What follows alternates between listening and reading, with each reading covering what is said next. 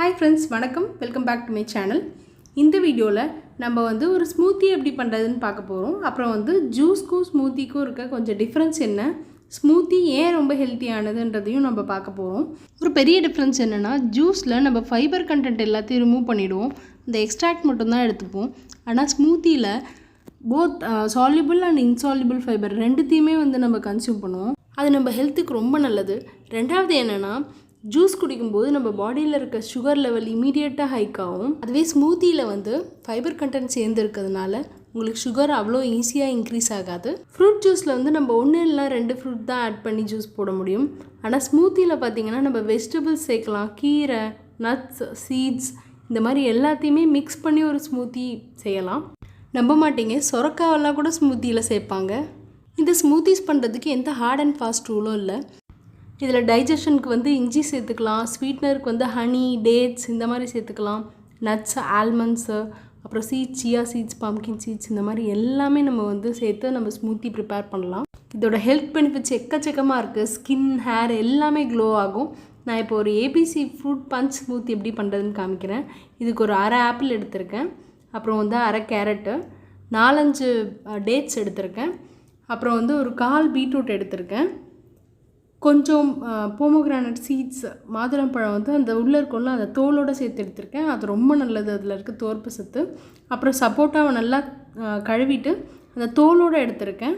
அப்புறம் கொஞ்சம் chia seeds ஊற வச்சுருக்கேன். சியா சீட்ஸ் வந்து ரொம்ப நல்லது, ஃபைபர் கண்டென்ட் ஜாஸ்தி, அப்புறம் ஆன்டி ஆக்சிடென்ட்ஸு, ஒமேகா 3 கண்டென்ட் ஜாஸ்தியாக இருக்குது. நீங்கள் ஃப்ளாக்ஸ் சீட்ஸ் கூட இதுக்கு எடுத்துக்கலாம்.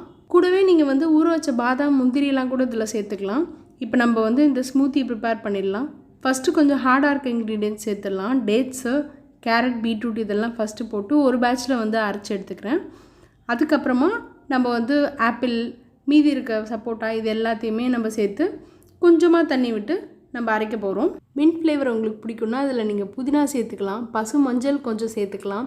அதுக்கப்புறம் விருப்பப்படுறவங்க வந்து ஏதாவது வெஜிடபிள் சேர்த்துக்கலாம். இப்போ 3 ஃப்ரூட்ஸுக்கு வந்து ஒரு வெஜிடபிள் வீதம் வந்து நீங்கள் ஸ்மூத்தியில் ஆட் பண்ணி சாப்பிட்லாம். எதாவது உங்களுக்கு அந்தளவு நீங்கள் செய்யாத வெஜிடபிளாக இருந்துச்சுன்னா கூட அந்த காய் கூட நீங்கள் ஸ்மூத்தியில் ஆட் பண்ணால் ஃப்ரூட்ஸ் கூட சேர்ந்து குடிக்கிறதுக்கு ரொம்ப நல்லாயிருக்கும். அண்ட் அது வந்து ஒரு ஹோல்சம் ஃபுட்டாகவும் இருக்கும். ஸ்மூத்தி சாப்பிடும்போது ஸ்கின் அண்ட் ஹேர் ரொம்ப ஹெல்த்தியாக இருக்குங்க. டெய்லி ஒரு ஸ்மூத்தி சாப்பிட்றத நீங்கள் ஒரு ஹேபிட்டாக வச்சுக்கிட்டிங்கன்னா ஸ்கின் அவ்வளோ க்ளோ ஆகும். ட்ரை பண்ணி பார்த்துட்டு சொல்லுங்கள் கமெண்ட்ஸில். நீங்கள் ஃப்ரூட்ஸ் கூடயே வந்து நெல்லிக்காய் சேர்த்துக்கலாம். இந்த ஃப்ரூட் ஸ்மூத்தியில் ஏகப்பட்ட வேரியேஷன்ஸ் இருக்குங்க. உங்களுக்கு இந்த ஸ்மூத்தி பிடிச்சிருக்குன்னா கமெண்ட்ஸில் சொல்லுங்கள். நான் இன்னும் நிறைய டைப்ஸ் ஆஃப் ஸ்மூத்தி வந்து ஆட் பண்ணுறேன் சேனலில். நம்ம பாடி டீடாக்ஸிஃபை பண்ணுறதுக்கு கூட ஸ்மூத்திஸ் வந்து ரொம்ப ஹெல்ப்ஃபுல்லாக இருக்குது.